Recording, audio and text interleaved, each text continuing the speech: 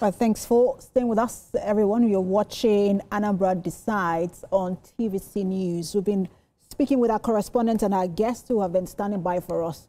One in Anambra studio, one in Abuja studio rather, and the other on Zoom. But we'll bring in our correspondent now. Uche Okoro. All right, Uche Okoro, talk to me. Can you confirm if collation, sorting, and counting, have begun at the polling units? Sorting and counting has commenced in many parts of Anambra State, particularly in different parts of Inewi South and Inewi North and what have you. Sorting and counting has wrapped up. In fact, in many of the polling units, the electoral officials have left the place back to where the local government collation will be happening. Many polling units are completely closed down, closed shop for the day. But here, you can see that they are wrapping up. Collation is done. The ballot boxes have all been filled. The result sheets that are supposed to be filled and signed here at the various polling units, those election result sheets have been filled. The political party agents at the various of the various political parties have also signed those result sheets. Here in this is still Ward 1. We have about 6 polling units here, and all 6 have wrapped up voting, sorting, and counting. So it is so far so good as far as some parts of Anambra State are concerned.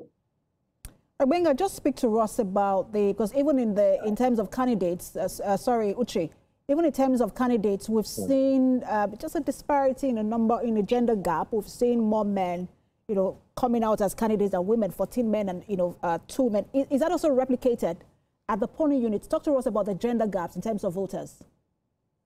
Well, from my experience and from what has happened here today in Anambra State, definitely it is a given and it's normal that you would have men far outnumbering the women as candidates. But in the polling units, most times, and as exactly what has happened here today, majority of the voters that have turned up to vote are women,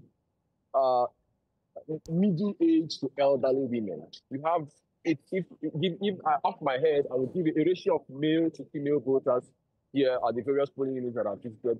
I'll give you a 7-3. The voters are predominantly women, as is almost always the case on election day. You have 80% women, 20% men, or 70% women, 30% men, and amongst them, the middle-aged to elderly, and even fewer youth. So that's the situation. Many of the women are still here. You can see behind me, many of the women are still here, waiting to ensure that the electoral officials live here safely and to ensure that there are no, in quotes, manipulations of election results. We are the concluding stages of the election here. The security agencies are waiting on standby. Vehicles are also being prepared to convey some of these electoral officials that are here. They are waiting. You can see many of them are waiting for security agencies and their vehicles to convey them to where collation will take place at the local government level before it moves to the state level. So that's where we are. That's where we are. All right. Would you say that the young people are more visible than the older ones? Well, the reverse is the case. As a matter of fact, the older persons are more visible. Whereas some INEC will report that they have a significant number of young persons as on the voter register list. But on election day, experience has shown, and exactly what has happened today, on election day, you would find that majority of people who come to stand in line to cast their votes are the middle-aged to elderly persons. You have a few youth, but the people who are actually behind the line to cast their votes are majority are middle-aged to elderly. That's what has happened here today. Many of the youth who turn up to the polling units, many of them do not turn up to vote. They turn up to observe and and perhaps disturb the peace. It's quite ironical that INEC will report that they have a significant number of voters who are youth who have their permanent voters card. All right, but from your observation, how significant is the voter turnout compared to previous elections? compared to previous elections, it's neither here nor there. I really cannot outrightly say that there was apathy. I also cannot outrightly say that the turnout was as impressive as it should have been. It could have been better, actually, but I wouldn't say that this election was marred by apathy. But what I can tell you is that given the number of people on the Anambra State voter register, I expected more persons to come up. I say that because, throughout the course of the election, while I traversed different parts of Anambra State, I noticed particularly that election closed very early in the majority of the polling units. By 2 p.m., 1 p.m., many of the polling units had become almost deserted, leaving the electoral officers with little or nothing to do. So that says a lot about the level of turnout of the voters. But like I said, I would not give my rating as outright apathy. Uche, can you also give us updates in terms of, I know you said collation has commenced, and I'm wondering if that has been uploaded, some of these results, in some of the polling units you went to, if some of these results have already been uploaded on iREV. If you are experiencing technical issues, but the reason why that has not been that hasn't generated as the kind of controversy that we expect or that we predict or that is likely to have caused is because the political party agents appear to be comfortable with the results that were declared at the polling unit and were filled on the physical form, because normally there would be a form here where the results, after they are counted, sorted and counted, the results will be imputed on the form here where the party agents would have to sign and receive a copy. So far, there's been no disagreements to the best of my knowledge. There's been no disagreements as to the results that have been declared at the polling unit. That's the reason why I believe that the issues of challenges with upload and no upload hasn't led to any fist-bumps or any crisis or any disagreement between the various political party agents here in the state. All right, still talking about the issue of voter apathy. Some of the persons that you interacted with, some that didn't actually vote, what reasons were they given for not coming over to vote? Is it based on mistrust or insecurity reasons? Did they give you reasons for not showing interest in the election? You asked and answered the question. Those were the exact two reasons that I was given when I interacted with those. A lot of them chose not to speak off camera, but those were the two reasons. Many people do not believe.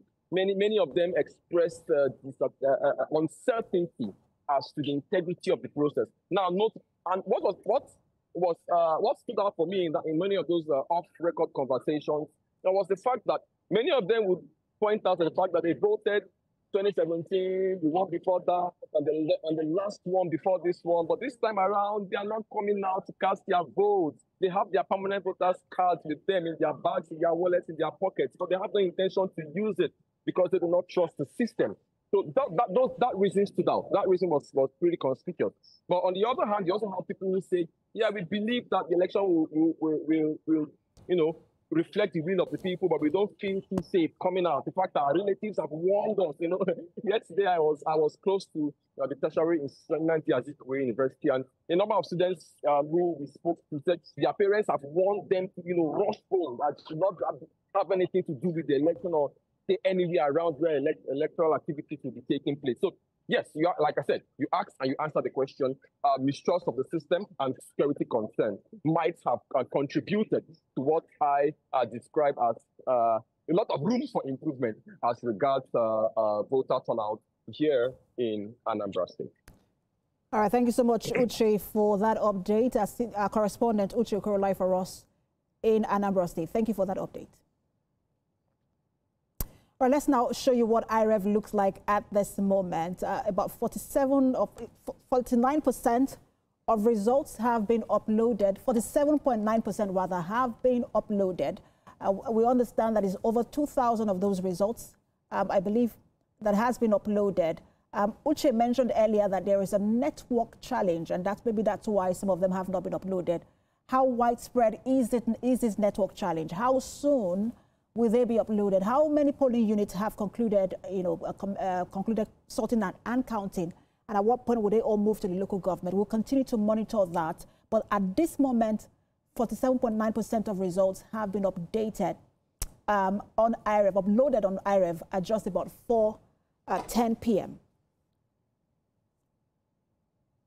I will now take that conversation to our guests and just get their thoughts on this and some of the issues that Uche also raised.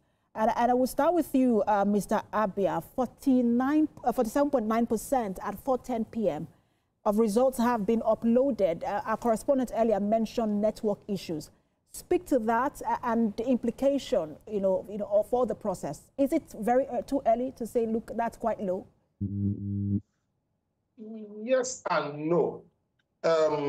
It will depend on where elections have been concluded so far.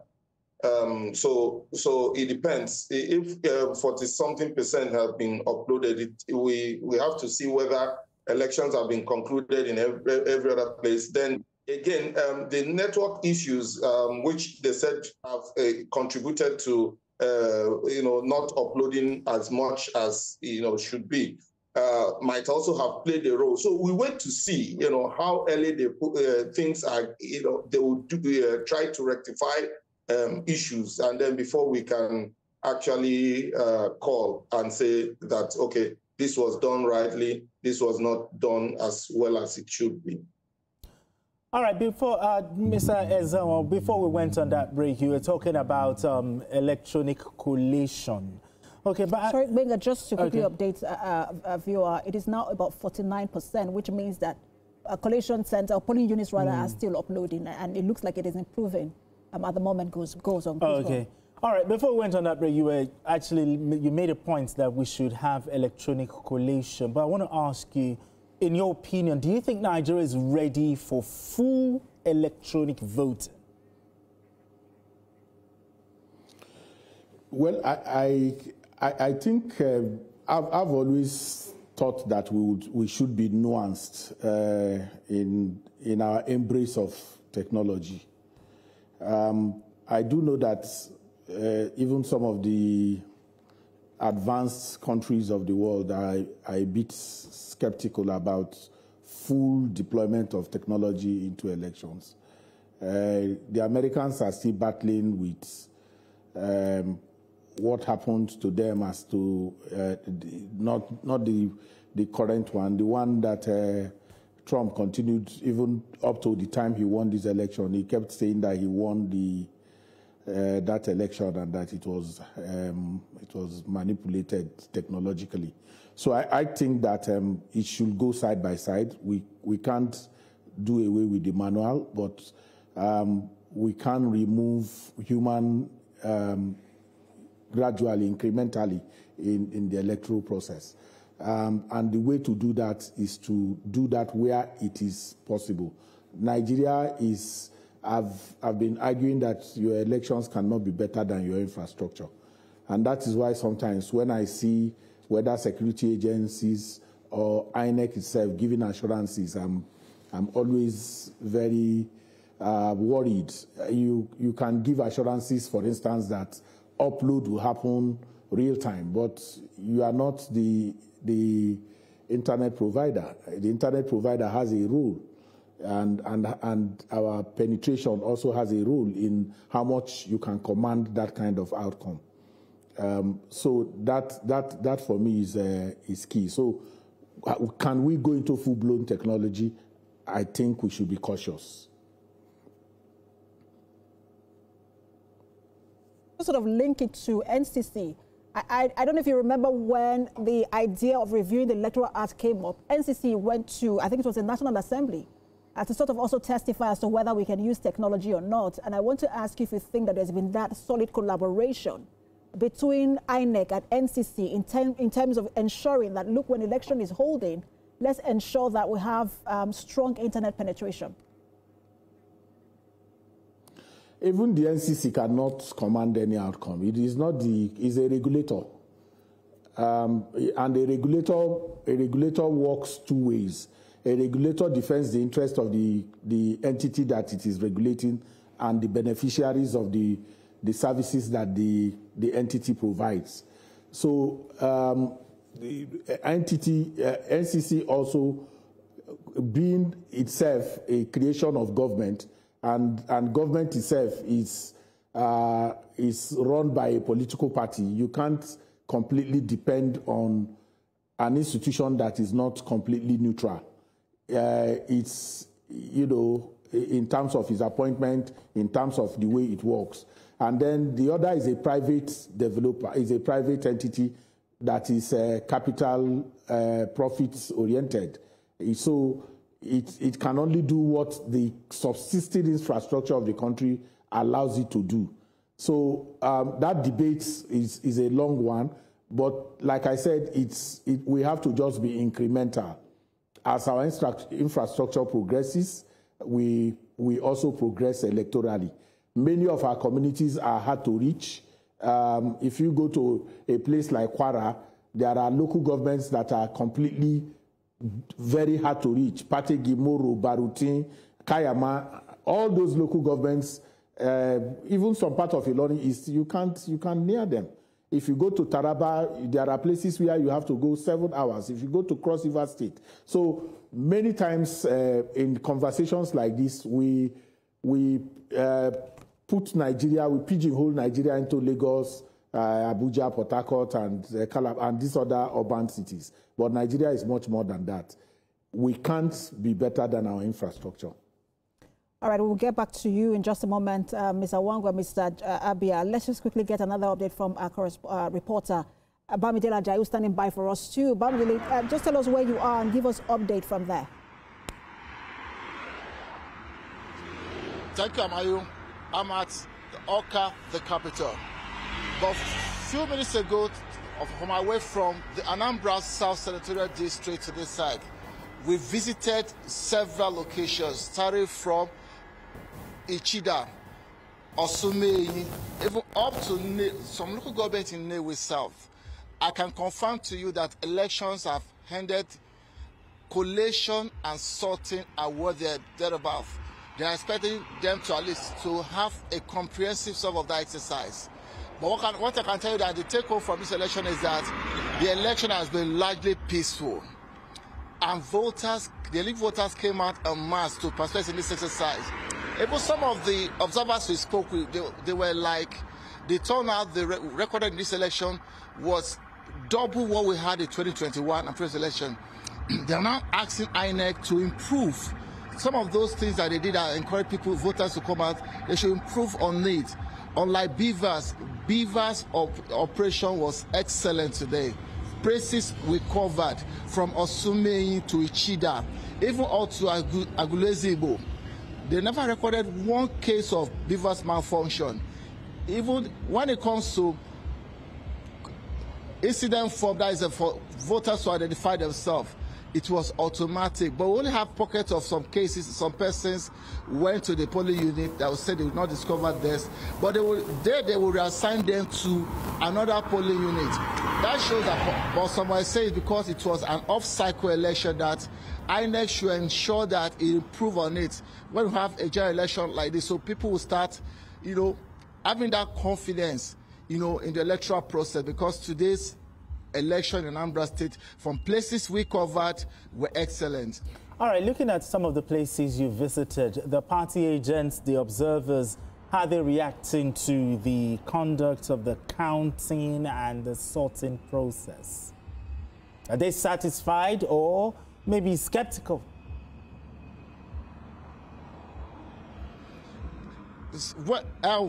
Let me put Agulezigbo as a case study. Even the oppositions were there when they were sorting and counting.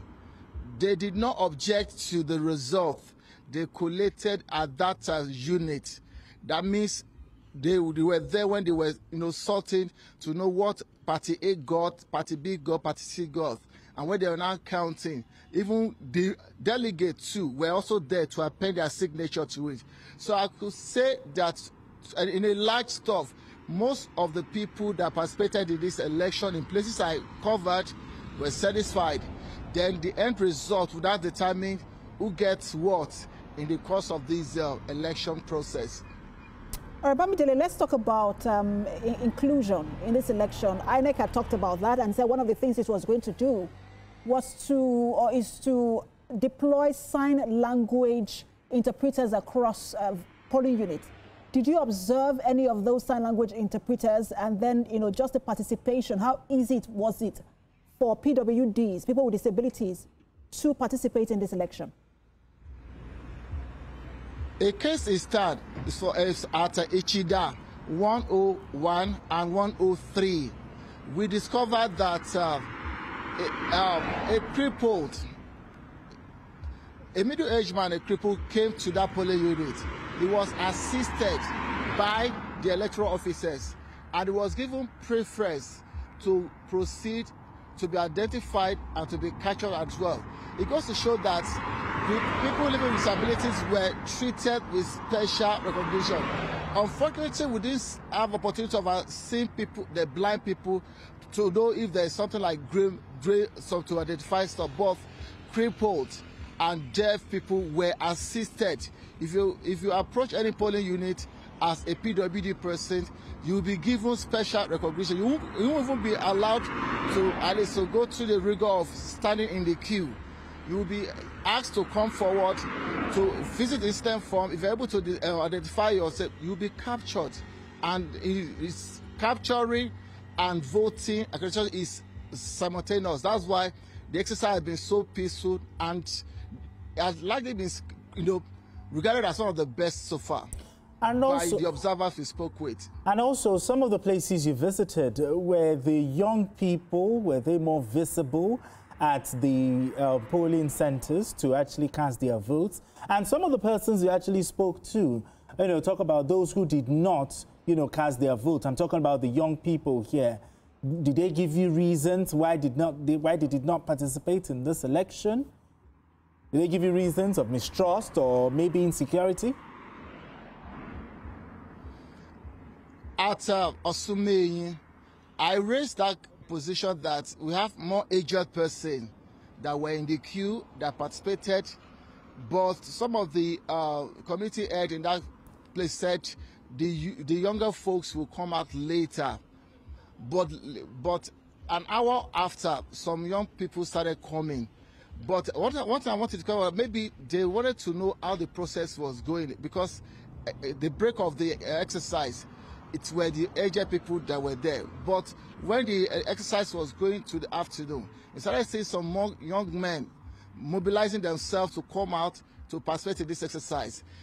At Osumeyi, at INEC North, some of the community there, even INEC South, part of Ichida, as if you're coming to Agulezi Igbo, you could see numbers of the youth now started, increasing from what we recorded in the early hour of the day.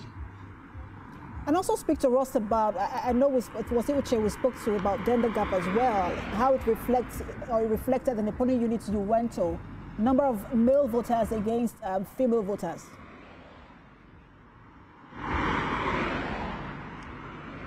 It has become a tradition in Nigeria, though not capture that number of women and number of men in polling units. In some places we visited, but you also see the matching number of men this time around, because if you have the number of 40 to be women, you have at least near 30 something as men. Like I said earlier, this election is a reflection of maybe the intensive coaching and teaching and urging people to come out and participate led to this increased number of persons coming out. You could remember that about 147,370, registered in this registration exercise that added up to about over 2.8 million people to participate in this election, and 2.7 million people pick up their PVCs. It goes to show that more persons are developing interest in this electoral exercise. That's what we've seen so far in the elections in the state. All right, thank you so much, Bamidele, for that update. A reporter live for us in Anambra State. All right, so we will just sign out now from TVC Entertainment about the Anambra Decides. Will continue on TVC News. But interesting data we've been getting from our correspondents in terms of inclusion, in terms of gender gaps and youth participation. I guess it brings validity to the conversation on special states for women. Yes. At the House, amen. I knew you were going to go of there. Of course, I'm going there.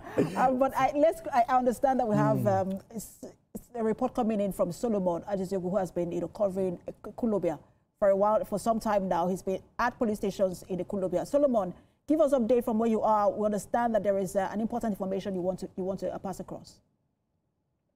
Well, we're back here at the Ethiopia Ward Center, polling unit 002 here in Ethiopia, in Agwata local government, where the sorting and counting is going on. Sorting is going on at the moment. They had to round up the voting here. The number was just massive. The turnout here has been extremely massive, to the point where the beavers had to time out, and the presiding officer had to end the voting because the beavers timed out. So she has proceeded now to sorting out the ballot papers. Sorry, Solomon, I want to quickly comment. Solomon, just a minute, if you can hear me, because I want to be sure, just to get clear information. Is it that the beavers timed out before everybody could vote, or everyone had voted before the beavers timed out? Oh, well, I don't know why that is, but it was hanging. And the presiding officers and the INEC officials here struggled to get it back on stream. They had shut the door on voters. They kept streaming in. But because most of the voters that were waiting to vote had already been inside before 2:30, they had to shut the door to allow them to vote. But then you had a few people who were still waiting to vote when the beaver started acting up.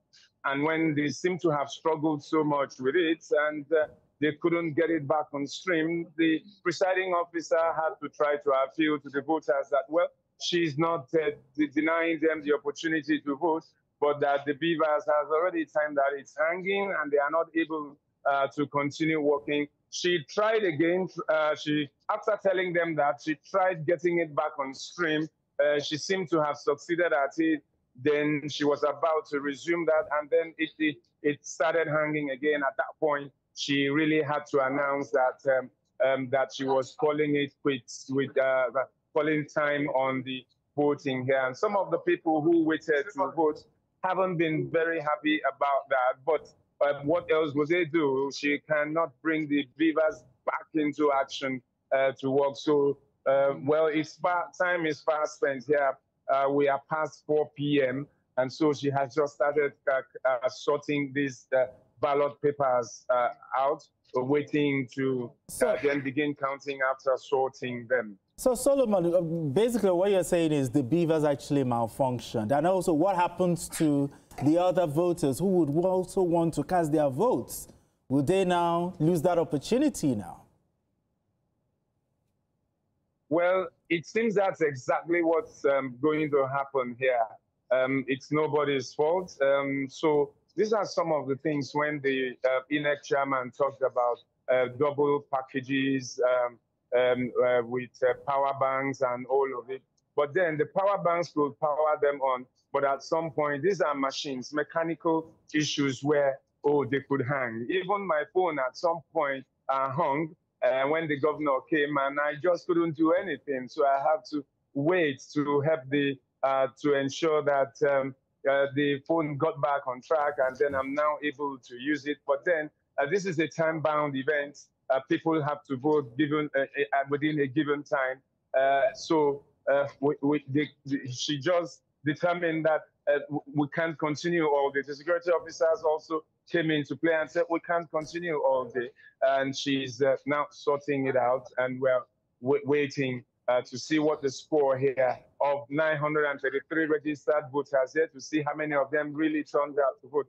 Just before we came here, we were at Kulobia 1 at Ezezuebu Square, where people there cast their votes. 819 registered voters were registered there, but 244 voted.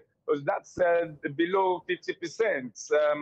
When you divide that into 4 parts of 819 people, you will expect that, well, even though the vote was peaceful, 244 accredited voters wasn't up to 50%, not even up to 30% of the votes there in Ezezuegbu, Ekulobia 1. So we are back here in Ethiopia at polling unit 002 for the where the governor voted. So it's counting here, despite all of the crowd and those who couldn't vote because the beavers, well, if you call it malfunction, what else we will call it? It's a machine. Okay, now that you said that, okay, those other persons that couldn't vote and now counting is going on, how would you describe the atmosphere? No, sorting is going on. Sorting, right okay, apologies, sorting. How would you describe the atmosphere? Is it calm, tense?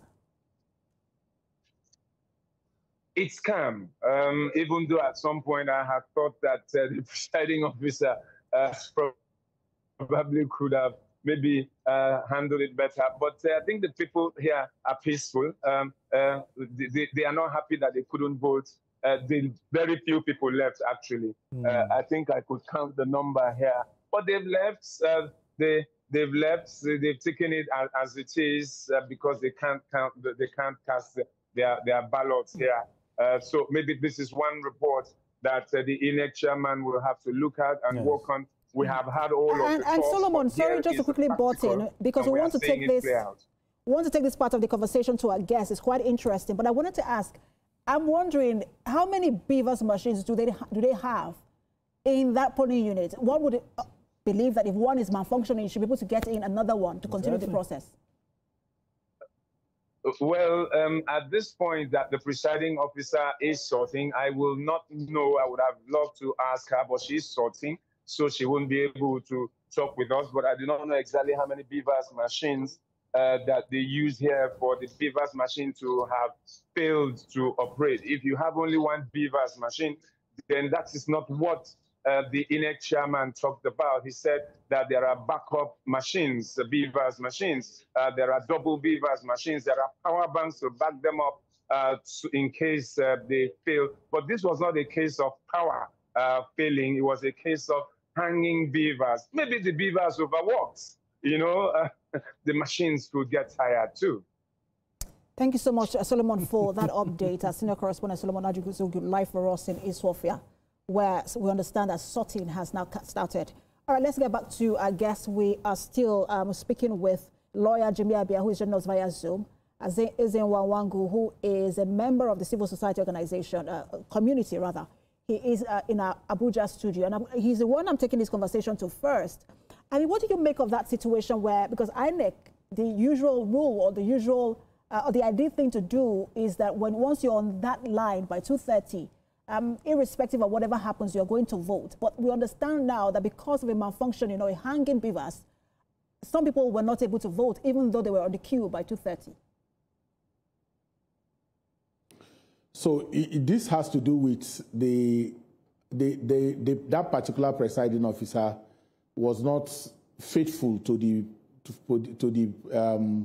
guidelines, and that is part of why I continue to say that those who talk about this election being a litmus test for the INEC chairman are setting him up because they don't understand that the foot on the ground, the capacity, the competence of the folks who are on the ground managing this election, and by that I mean the resident electoral commissioner, the 21 electoral officers, and also the ad hoc staff, their capacity, their competence, their fidelity is important to, how the kind of outcomes that we see in terms of process.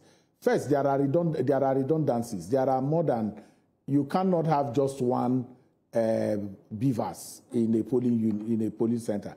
And also there are rack technicians. They call them RATEX. It is not the job of the presiding officer to troubleshoot the beaver. If there is a challenge with the beaver, you call in the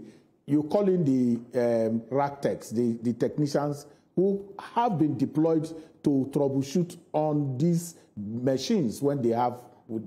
From the reports that your colleague gave us, there is no indication that the RATEX were called in, and discretion. She just used her discretion to to disenfranchise voters who were already in by 2:30 p.m. and that is not acceptable. It's truly not acceptable. It is lack of fidelity to the principle, to the guidelines which INEC has made for itself, and that is why it is important to take away discretion and allow people to be able to follow the guidelines that they have set for themselves.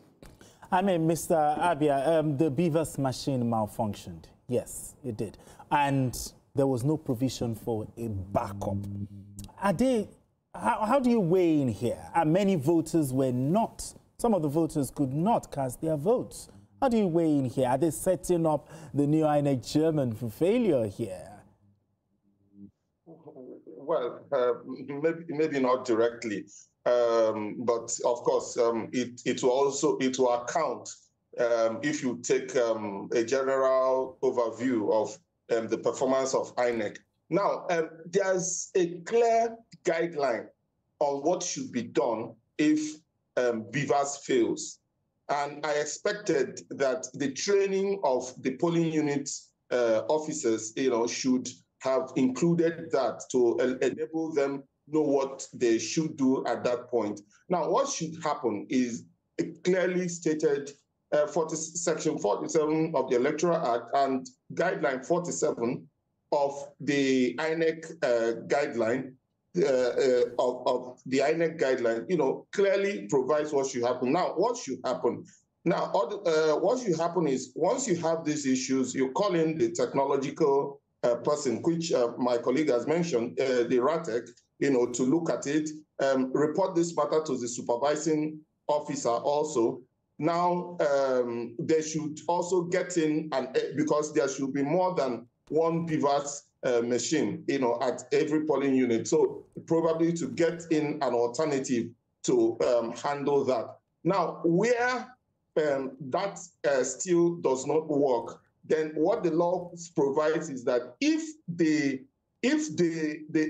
result of that polling unit will substantially or will affect the result, the whole general result of the election, then another election should be conducted within 24 hours in that polling unit. So that's what the guideline provides on how this issue should be tackled. So it is left for us to see whether the disenfranchisement affects the entire result, of that election. And if it does, you expect that in those polling units that are affected, another election will be conducted within 24 hours in those places. Ms. Abi, I'm staying with you because you're a lawyer. Just beyond the collation of the results, first of all, let's say that the attitude of the voters were quite commendable. Just to say that, look, they did not, raise any issue or are violent. But there is a part of a provision of the Electoral Act that says if you are violent in a polling unit or incite violence, it's criminal. And I mean, there are penalties for it. Maybe that's why they're calm. But I'm wondering, just disenfranchised, whether it matters for the results or not, the idea that people were disenfranchised, and what that means for the credibility, not the result, but of the process.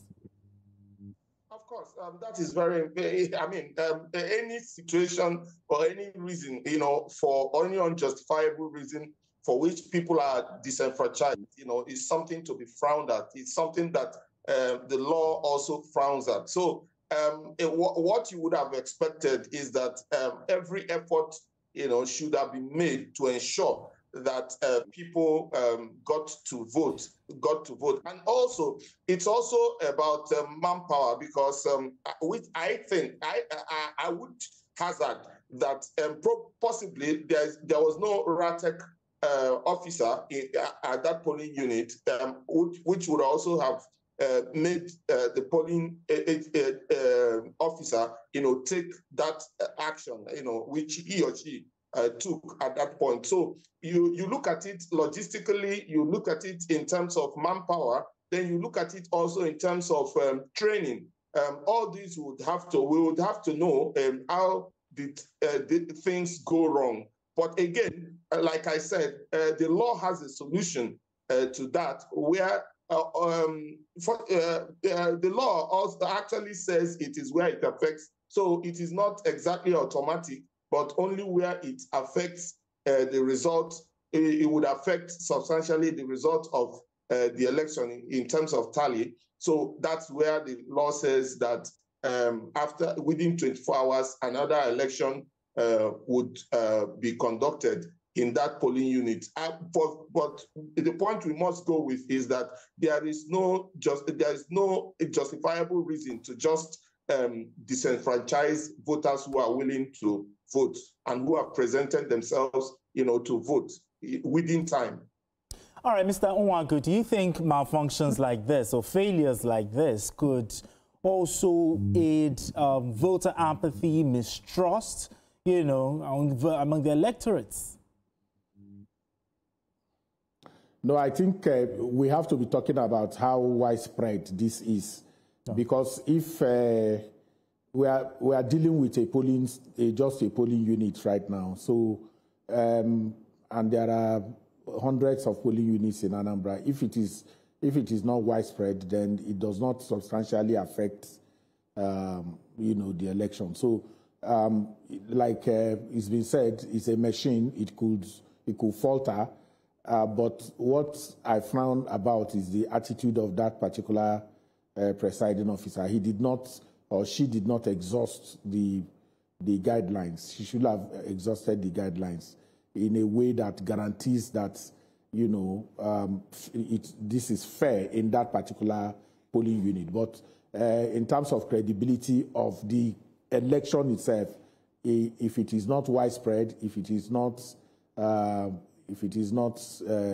in a way that it mars the process in a wider scale, then you can't be talking about distrust. Those prospective voters could also have made their point peacefully, because sometimes we just give the impression that the only way to resolve an issue or to make a point is violently.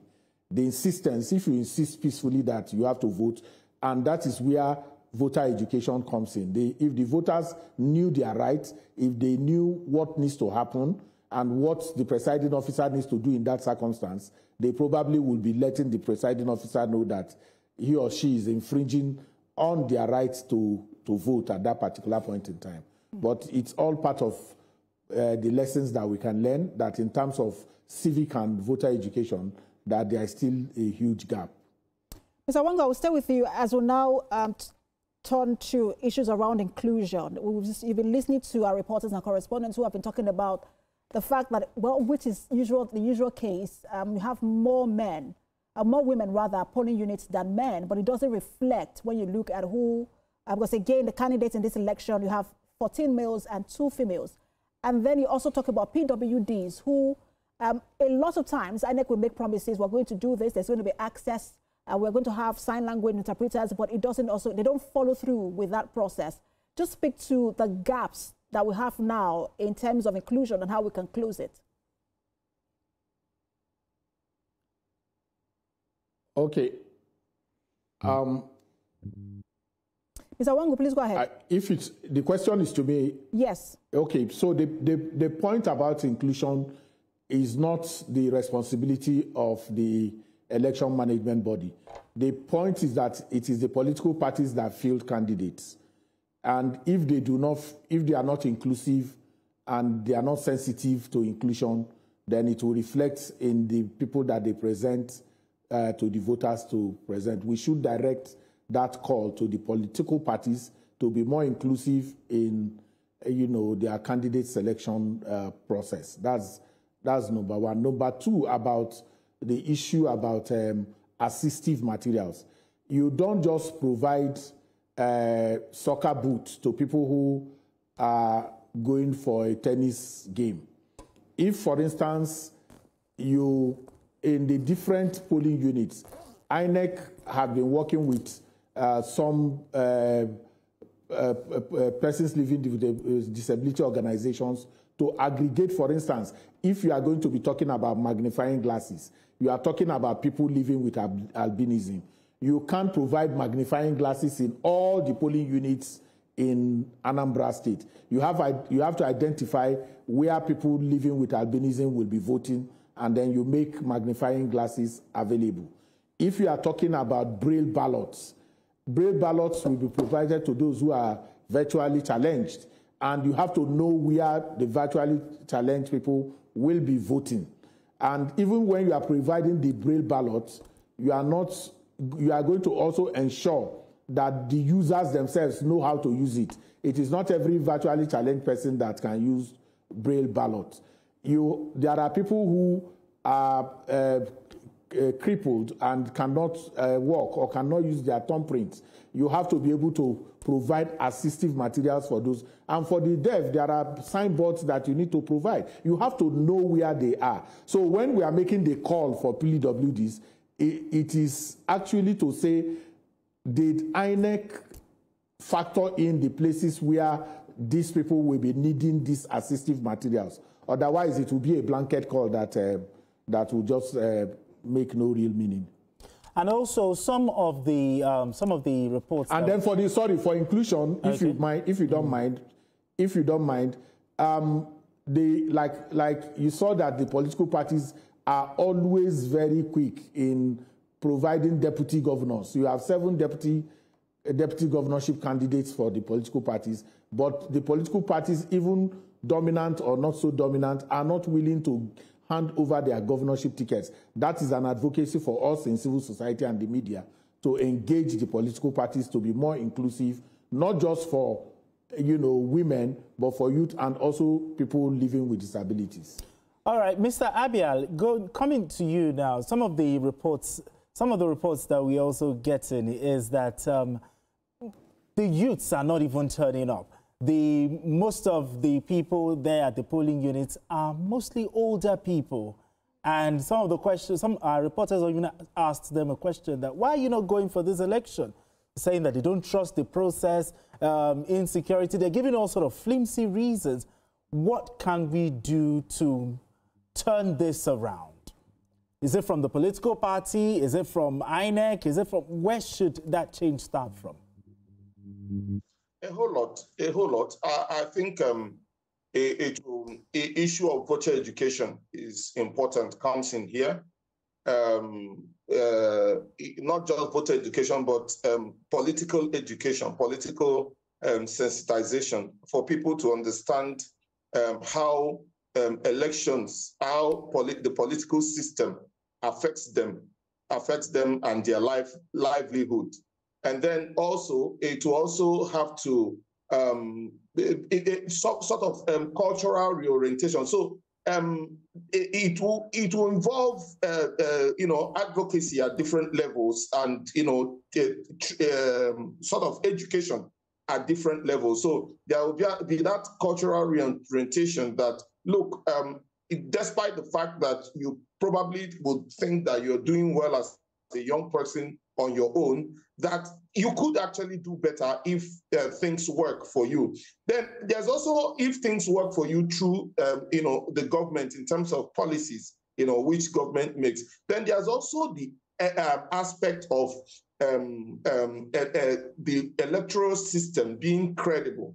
I believe that if the electoral system is found to be credible in one election, future elections will usually witness more people coming out to participate in the elections. So in the voting in elections. Then there's also the fact of governance. Now, if people see governance in terms of good governance, which affects their livelihoods positively, more people, especially young people, would also be willing to participate in elections and in voting on elections. Now, that will now involve a lot of bodies, including the religious bodies, the traditional, the traditional institution, and of course the statutory bodies, that are required to do this. Bodies that are statutorily and constitutionally required to do this, including the INEC, including the political parties, and then even the civil society that have sort of a role to play in educating the public to understand their role in the political system and the democratic system. So it's a whole lot, that will have to go into that system to change it. It's been an interesting conversation with both of you gentlemen, but we do have to leave it here. Thank you so much for your brilliant analysis as we continue to monitor this election. Executive Director, Peering Advocacy and Advancement Center in Africa, Ezewa Wangu, thank you for your time. And lawyer Jimmy Abi, always a pleasure to have you on. My pleasure. Thank you. Benga, interesting developments in Anambra State. But one must say that, look, some of the issues raised and the concerns raised earlier before this election, especially if you benchmark it against 2021, Ihiala could not even vote in 2021. But we see that, some of even the flashpoints that have been mentioned, election was quite peaceful. Yeah, it was quite peaceful. And also looking at some of the reports that came in, the previous election, they said it was just 10% of the registered voters that came out, and now it has actually increased. But to some person, they still see that it is voter apathy. But my issue is, my concern is the place where Beaver's machine did not work, and some of the persons could not even, get their votes. They were disenfranchised. So the problem is, the problem is, what lessons will INEC learn from this one, so that when this thing happens again, so that we won't have a repeat of situations like this? Absolutely. We will hope that INEC once again will audit this election, especially with reports coming from observers, and then, improve on the process. But that's where we leave it on Anambra Decides at this moment. We have news at 5 o'clock, where we'll continue to speak with our correspondents. Our regular program will also continue, but we'll bring you updates even, on the news. And at 8 p.m., we'll be back in the Anambra Decides studio, where we'll have Mifemi and Olajumoke as they monitor the collation of the results and announcements as well. But that's where we'll leave it. I am Precious Amayo. And I'm being Shebi.